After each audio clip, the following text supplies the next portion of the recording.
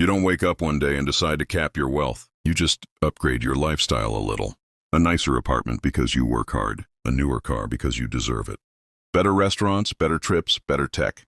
It all feels reasonable. Sensible even. And that's the problem. Because the very lifestyle that makes you look successful at 28 is often the same lifestyle that quietly locks in your financial ceiling at 38. No one warns you about that part. You're told to earn more, to hustle, to invest. But almost nobody tells you that your baseline, your fixed lifestyle, becomes the gravitational pull of your entire financial future. And once that baseline gets heavy, it's bloody hard to escape. Here's the uncomfortable question. What if your current lifestyle isn't a reward, but a ceiling? And what if that ceiling is lower than you think? Let's break this down properly, because this is where most ambitious people, smart people, get it wrong. There's a quiet trade happening in your life right now. You're trading future freedom for present comfort, and you don't even notice it. You tell yourself, I'm investing. I'm doing better than most. I'll scale later. But your lifestyle is scaling faster than your assets. That's the part that stings. Most people think financial ceilings come from income limits. They don't. They come from lifestyle commitments. Long leases, car payments, recurring subscriptions, upgraded habits. You don't just spend money, you install obligations. And obligations raise your survival number. The higher your survival number, the fewer risks you can take. The fewer risks you can take, the slower your upside grows. See the chain reaction? This is where it gets uncomfortable, because you probably don't feel reckless. You feel responsible.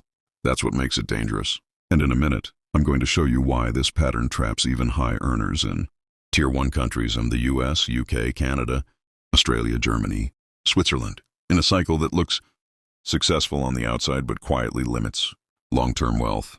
But first, we need to talk about identity, because this isn't about budgeting. It's about who you think you are. 1. The identity trap. This is just my standard now. You move into a better place. At first, it feels like a stretch. You notice the rent. 6 months later, it feels normal. A year later, you couldn't imagine going back. Your nervous system adapts fast. That's lifestyle inflation, but not the TikTok version. This isn't about lattes. That's rookie talk. It's about identity creep. You stop asking, can I afford this? And start saying, this is just my level. Pause for a second. When did your level become fixed? Most 18-30-year-olds in high-income countries aren't broke because they don't earn enough.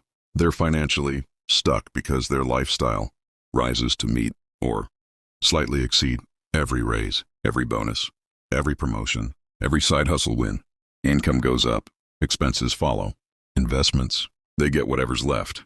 And what's left is rarely meaningful. That's not because you're careless. It's because your brain protects your current comfort before it protects your future freedom. Short, uncomfortable truth. Your lifestyle is emotionally sticky. Your investment account isn't. If markets dip, you panic. If rent increases, you figure it out. Why? Because one threatens your identity. The other just threatens your ego. And this is where the ceiling quietly forms. If your monthly lifestyle costs $4,000, your career decisions orbit that number. If it costs $8,000, your freedom shrinks further. It's not about the money. It's about the pressure. And pressure changes behavior. Which leads to the second trap. 2. The opportunity cost you don't feel. Opportunity cost isn't dramatic. It's silent. It's the business you don't start because your fixed costs are too high. It's the job you don't leave because you need the paycheck. It's the relocation you skip because your lifestyle is anchored. From the outside, you look stable. Inside, you're boxed in. Let me ask you something slightly sharp. If your income disappeared tomorrow, how many months of runway do you actually have without downgrading your lifestyle? Not survival mode, your current standard. 3 months? 6? Maybe less. That number tells you everything about your real freedom. High earners in places like the US, Switzerland, Norway, even Germany and Australia often make solid money. But their burn rate is elite too. Nice apartments, international travel, premium everything. And look, I get it. You want to enjoy life. Fair enough. But here's the Swiss-level precision truth. Every recurring cost you normalize reduces your ability to invest aggressively. Not occasionally. Aggressively. And aggressive investing early, in your 20s, is what creates asymmetric upside later. Most people don't lose wealth because they make one catastrophic mistake. They lose upside because they made too many reasonable lifestyle upgrades. This is where most people say, I'll invest more when I earn more. That's the trap. Because earning more usually just funds a better version of your current life. Same habits, bigger numbers, and the ceiling rises with you. You're climbing, but inside a glass box. And this is where it gets personal. 3. The discomfort moment. This might be you. You consider yourself financially aware. You watch finance videos. You understand compound interest. You know investing matters. But let's test something.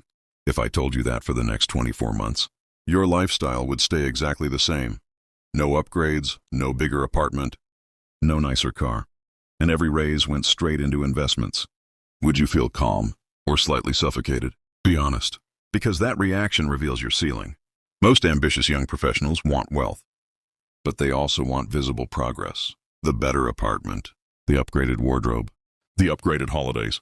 Wealth, on the other hand, is invisible for years. That's the psychological conflict. And here's the uncomfortable bit.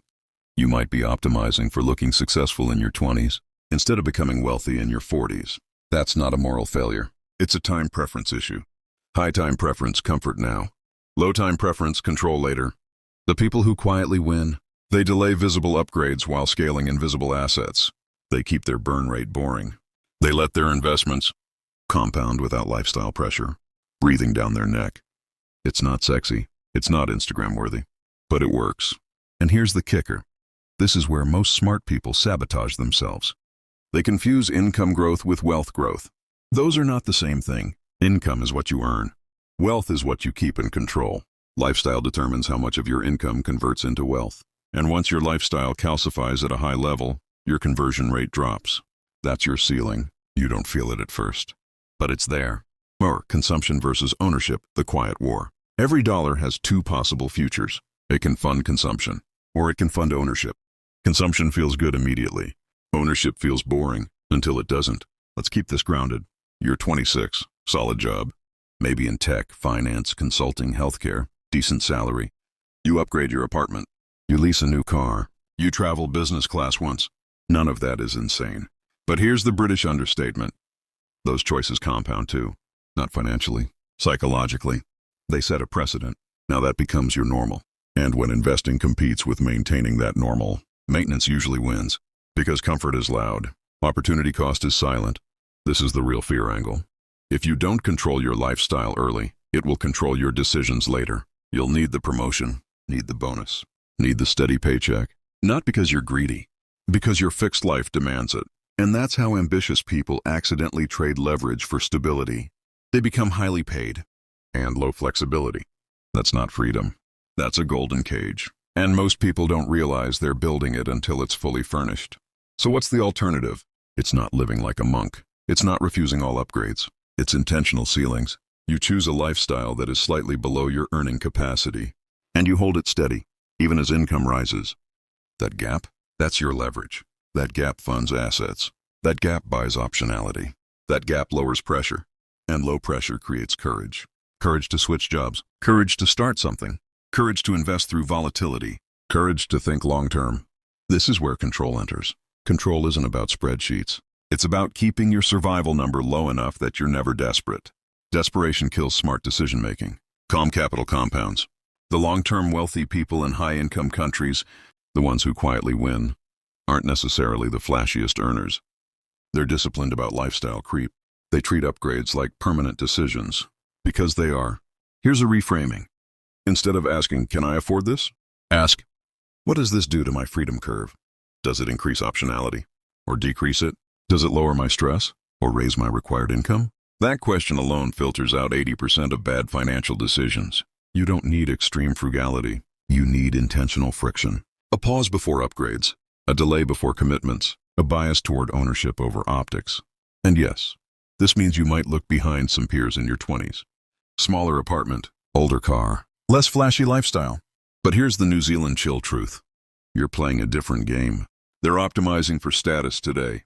You're optimizing for leverage tomorrow, and leverage compounds. By your mid-30s, the gap becomes visible.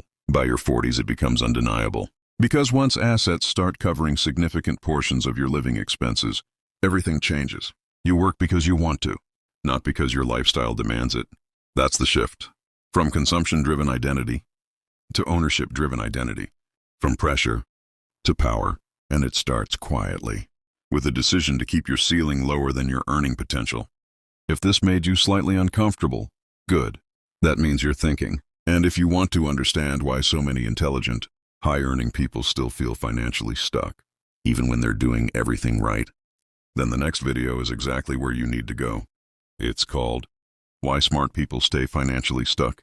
Because this lifestyle ceiling we just talked about, that's only one layer.